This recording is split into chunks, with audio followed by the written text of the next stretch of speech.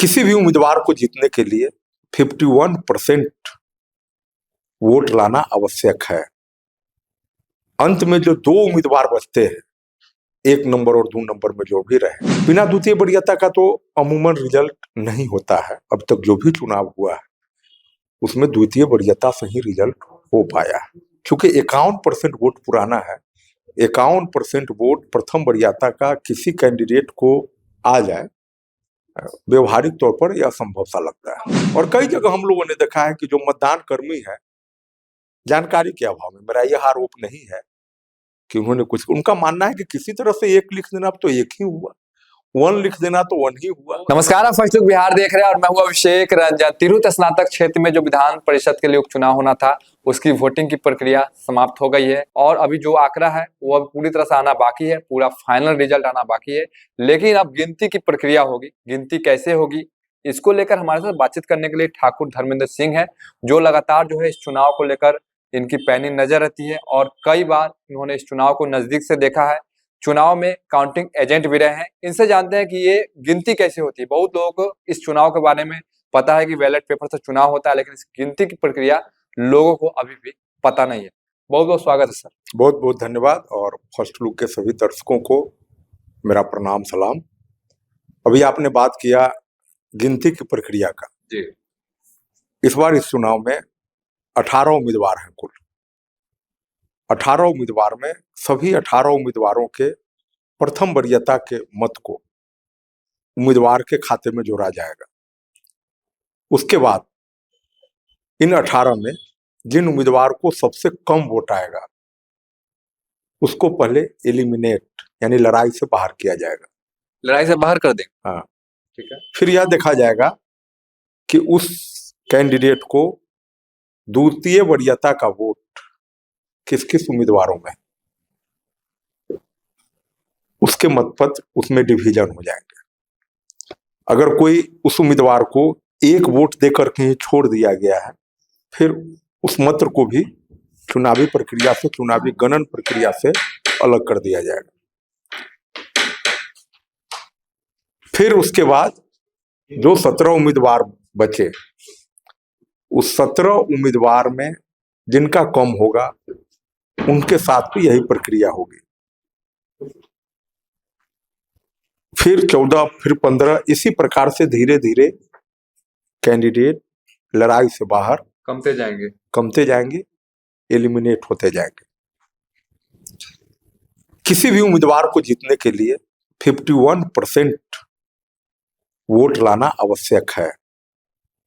अंत में जो दो उम्मीदवार बचते हैं, 1 नंबर और 2 नंबर में जो भी रहे, तो जो सेकंड रहते हैं दूसरे नंबर पर वोट के दृष्टिकोण से, उनके मतपत्रों की गिनती होगी कि इनके वोटर ने जो 1 नंबर पर चल रहे हैं उस उम्मीदवार को 2 नंबर सेकंड वरीयता का वोट कितना दिया है।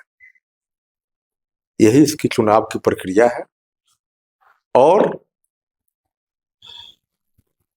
अगर रिजल्ट उतने पर हो गया तो ठीक है, उसको डिक्लेयर कर दिया जाता है। इसके बाद यही पूरा चुनाव प्रक्रिया है।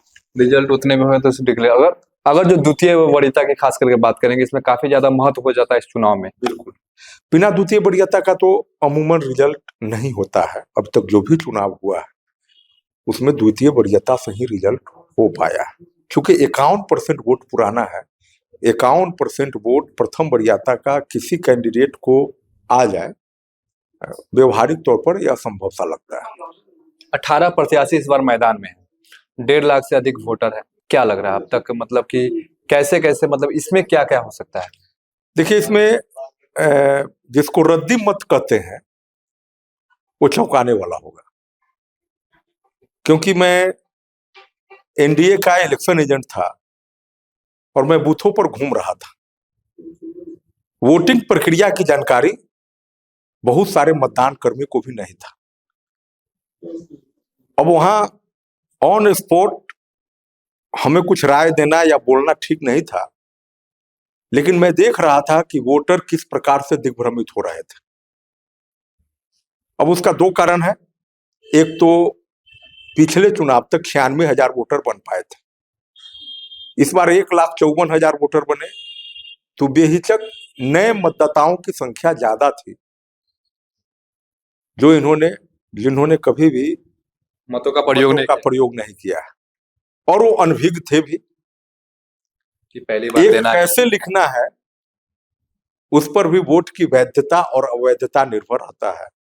और कई जगह हम लोगों ने देखा है कि जो मतदान कर्मी है, जानकारी के अभाव में, मेरा यह आरोप नहीं है कि उनका मानना है कि किसी तरह से एक लिख देना तो एक ही हुआ, वन लिख देना तो वन ही हुआ। वो एक लाइन को क्रॉस अगर कर जाए तो वो तो वोट में खराब हो दो जाएगा। प्रकार जो आपको वोट का संख्या लग रहा है, उसमें दो चीज आप देखेंगे, और गिनती के दिन मेरे इस लाइन को आप ऑन कैमरा चला सकते हैं। एक उम्मीदवार हम लोगों के मित्र दिवंगत हो गए, लेकिन उनको वोट उनसे मिलता जुलता हुआ नाम के जो लोग हैं, उनसे शायद 150 कम या 150 ज्यादा आएगा। एक और कोई रोशन जी थे, और एक रोशन जी दिवंगत हुए, वो भी मैंने देखा है बूथ पर। और दूसरा हुआ कि चुनाव आयोग के कलम से लिखना है, अपने कलम से लिखना है, एक कैसे लिखना है, दो कैसे लिखना है, तीन कैसे लिखना है, इसमें भी बहुत सारे मत पत्र छटेंगे ना। तो देखिए कि यही थी चुनाव की प्रक्रिया, जिस प्रकार से वोटिंग हुए हैं, और जो चुनाव की प्रक्रिया है, जिस प्रकार से गिनती होना है, क्योंकि 9 दिसंबर को इसकी गिनती होना है। 9 दिसंबर को क्या होगा, 18 प्रत्याशी मैदान में हैं, एक प्रत्याशी का हालांकि निधन हुआ है, लेकिन उनको भी वोट पड़े हैं। तो 18 प्रत्याशी मैदान में हैं, 17 प्रत्याशी चुनावी पूरी तरह से दमखम से लड़ रहे थे, एक प्रत्याशी का नामांकन के बाद उनका निधन हुआ था। 9 दिसंबर को वोटिंग की गिनती होनी है। 9 तारीख को पता चल पाएगा कि क्या होगा, कितने वोट खराब होते हैं और कितने मत किन किन प्रत्याशी को पड़ता है, और कौन प्रत्याशी सबसे पहले बाहर होते हैं। ये 9 तारीख को पता चल पाएगा। बने रहिए फर्स्ट लुक बिहार के साथ आगे भी खबरों के लिए। तब तक के लिए नमस्कार।